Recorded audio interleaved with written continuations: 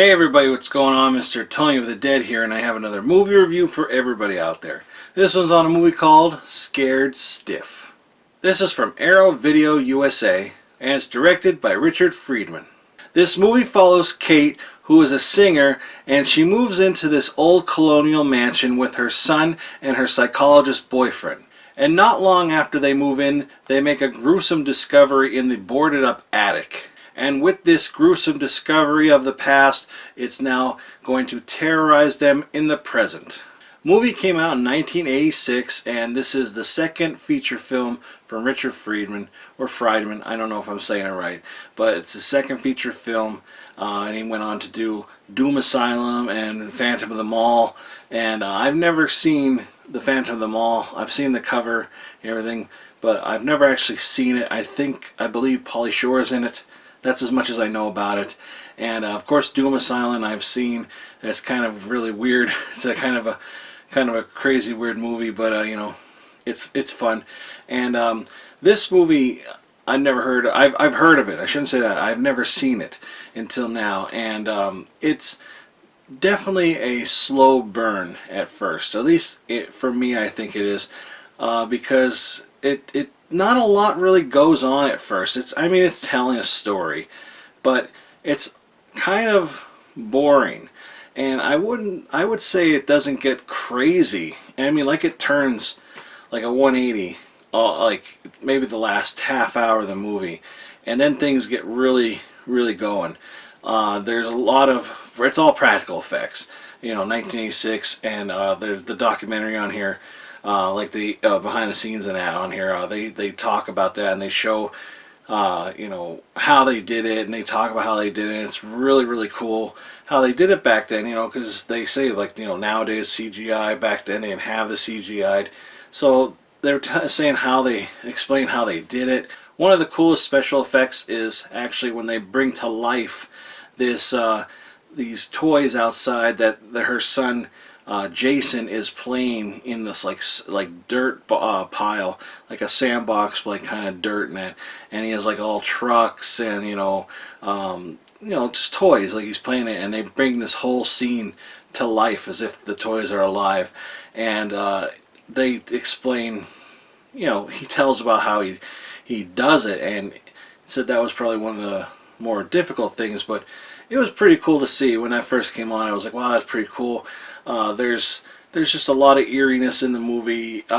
There's these pigeons throughout the movie that are actually homing pigeons, and they even give a eerie presence to the movie, because when you see they're around, there's always like a dead body or something is going to happen. They're in the attic. They're just there, and they're not really there for good.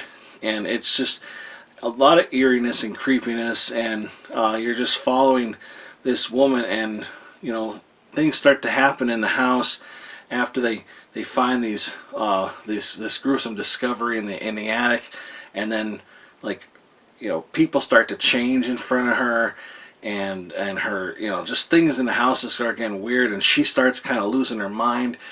So it's like a slow burn like that. It gets to it, but then the end, like I said, just completely flips, and it's crazy. It's like, I don't want to say what happens, but that's where like I said, you see the practical effects really come into place, and it was just like very shocking. I was like, wow, that's incredible. Like, it looked really cool. Like, the special effects look really cool.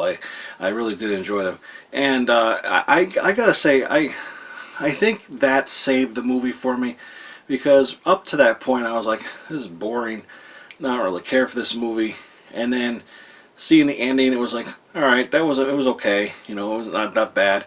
And then seeing the behind the scenes and that, how they did it, you know, it made me like it even more, and it made me want to watch it again.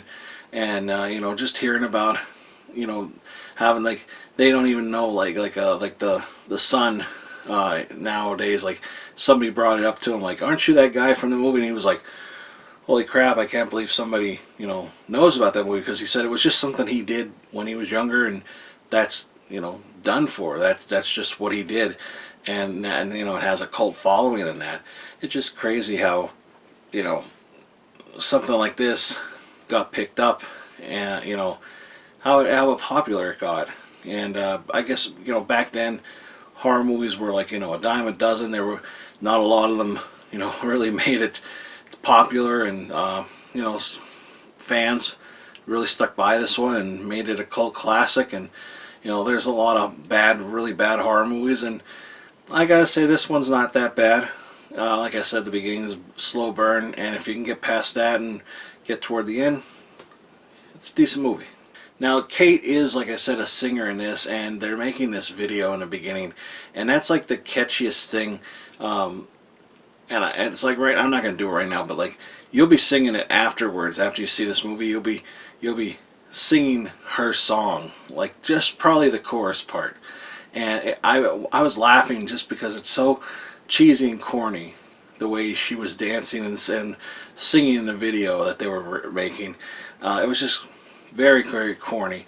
And there's even like talking in the interview, they're talking to the son, and said like there's a part where the car swerves and just misses him, and that car actually came inches away from hitting him. He had no stunt double, and he almost got hit.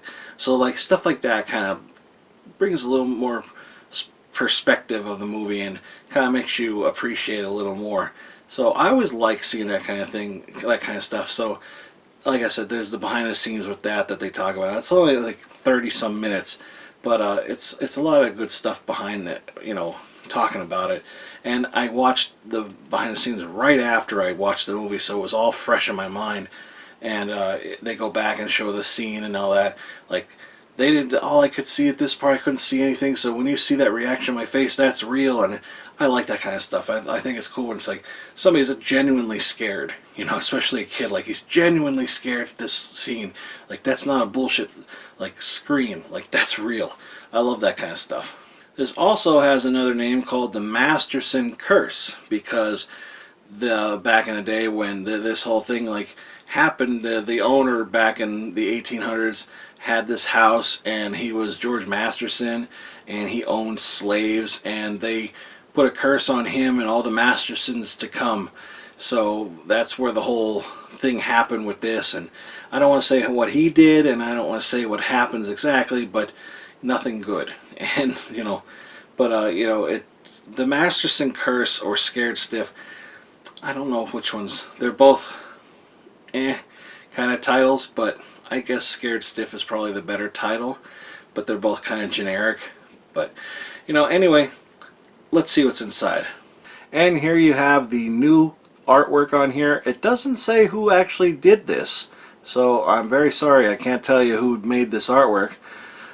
It's okay, it's not bad. I'm not like blown away by it, to be honest. And then here you have the reversible one, and that one's okay too. It's not great.